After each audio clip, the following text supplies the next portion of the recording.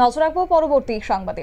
কেন্দ্রীয় সরকারের শ্রমিক, কৃষক ও জনবিরোধী নীতির প্রতিবাদ জানিয়ে ছাত্র, যুব, শ্রমিক, কৃষক সহ সর্ব অংশের জনগণের বিশেষ করে 17 দফা দাবিতে কেন্দ্রীয় ট্রেড ইউনিয়নের যৌথ মঞ্চ ও স্থানীয় স্বাধীন ক্ষেত্রভিত্তিক ফেডারেশন সংগঠন সমূহ আগামী 20 মে দেশব্যাপী সাধারণ ধর্মঘটের আহ্বান রেখেছে।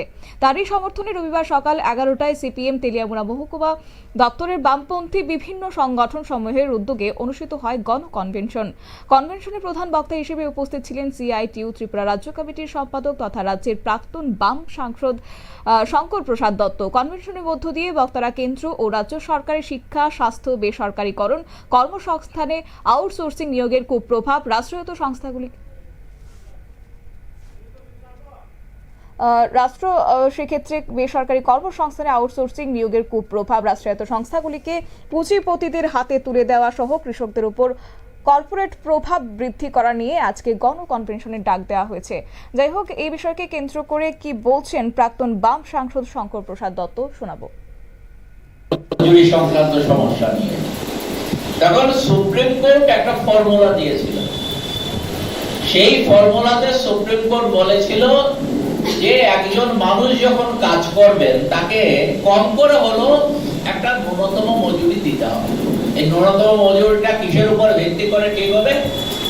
একজন যিনি কাজ করছেন ওনার পরিবারে বড় 3 জন মানুষ আছেন, এটা করে ধরে নিতে হবে। ধরুন স্বামী কাজ করছেন, একজন পুরুষ মানুষ কাজ করছেন, তাহলে তার স্ত্রী আর তার পরিবারে একজন বড় মানুষ, আর যদি বাচ্চা থাকে তাহলে 2 জন। আর বড় হলে ছেলে বা মেয়ে যদি হয় একজন, হিসেব ধরে 3 জনের পরিবারের খাবারের জন্য ন্যূনতম খরচ। আরাম আয়াস না, আমি প্রতিদিন আপেল খাবো, প্রতিদিন আঙুর খাবো, প্রতিদিন ইলিশ মাছ খাবো, সেই হিসেব না। আমার চালের জন্য, নুনের জন্য, তেলের জন্য, সামান্য কিছু সবজির জন্য, সামান্য কিছু ডালের জন্য, আর মাসে হয়তো একদিন মাছ খাওয়ার জন্য যে খরচা হয়, সেই খরচাটা হলো আমার খাদ্যের খরচ। দ্বিতীয় হচ্ছে আমার পরিধেয় বস্ত্র, তার একটা হিসেব আছে।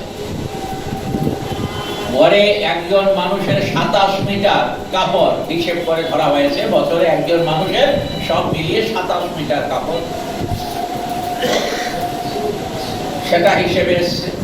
আর তার সাথে তার মাথা গুজবার জন্য একটা ঠাই চাই, একটা ঘর যদি ভাড়া করে তার জন্য খরচা পত্র আছে, আর তার ছেলের বা মেয়ের শিক্ষার জন্য কিছুটা খরচা, আর স্বাস্থ্য রক্ষা করার জন্য কিছু খরচ।